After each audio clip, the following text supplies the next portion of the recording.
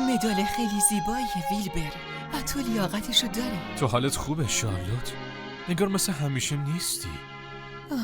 شاید یکم خستم، اما احساس آرامش میکنم. موفقیت امروز تو تا حدودی موفقیت منم بود. حالا تو سالم و در امان زندگی میکنی. چرا این کارو برای من کردی شارلوت؟ تو دوست من بودی. خود همین اتفاق فوق‌العاده‌ایه. به هر حال مگه این زندگی چیه؟ ما به دنیا میایم، یک کمی زندگی میکنیم و بعدش میمیریم. زندگی یه عنکبوت با این همه تله گذاشتن و خوردن مگسا چیزی نمیتونه باشه جز یه آشفتگی. با کمک به تو شاید سعی داشتم یکم سطح زندگی خودم رو بالا ببرم. من مثل تو خوش صحبت نیستم شارلوت، اما تو منو نجات دادی و من با کمال میل جونمو برای تو میدم. مطمئنم تو این کارو میکنی. شارلوت به نظرت عالی نیست که داریم برمیگردیم خونمون توی انبار پیش گوسفندا و قازا و بقیه؟ قرار نیست من برگردم توی انبار. ها؟ بر نمیگردی؟ از چی حرف میزنی؟ دیگه کار من تموم ویلبر. یکم دیگه من میمیرم. حتی اونقدر قدرت ندارم تار ببافم و بیام پایین. نه. اوه بس کن ویلبر. بهتره شلوغش نکنی. سرتو بالا بگیر.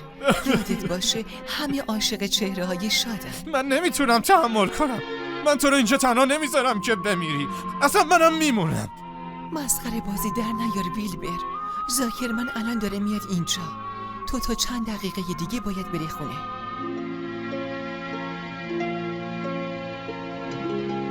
شارلوت، تمپلتون کجاست؟ اون خوابیده. اونجا زیر کاها.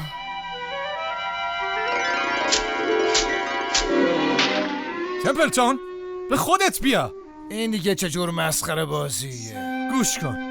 شارلوت زمان کمی برای زندگی کردن داره. اون نمیتونه با ما بیاد خونه و خیلی ضروریه که من با خودم کیسه تخماشو بردارم و تو تنها کسی هستی که دستت بهش میرسه. خب پس دوباره تمپلتون پیر به دادتون میرسه، درسته؟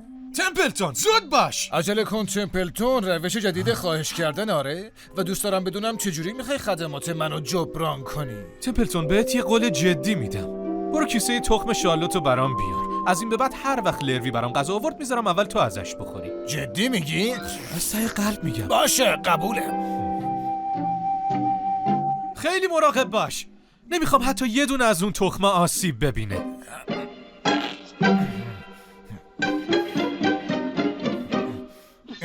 این چیز چسبیده به دهنم. از آبنبات کاراملی هم بدتره. شارلوت، بچه‌ها در امانن. شارلوت، من دارم به زندگیت فکر میکنم ویلبر. دیگه هیچی بهت آسیب نمیزنه. روزهای پاییزی کوتاه و سرد میشن. دوباره کریسمس از راه میرسه. بعدش برفای زمستون به آرومی آب میشن. روزها کوتاه میشن و بعد اون فصلا رو عوض میکنه و سپس اون دختر لباسش رو عوض میکنه. مادر زمین و پدر زمان، همه چی برای یه لحظه چقدر خاص میشن تا ما بخشی از زندگی ابدی بشیم. بدرود زندگی.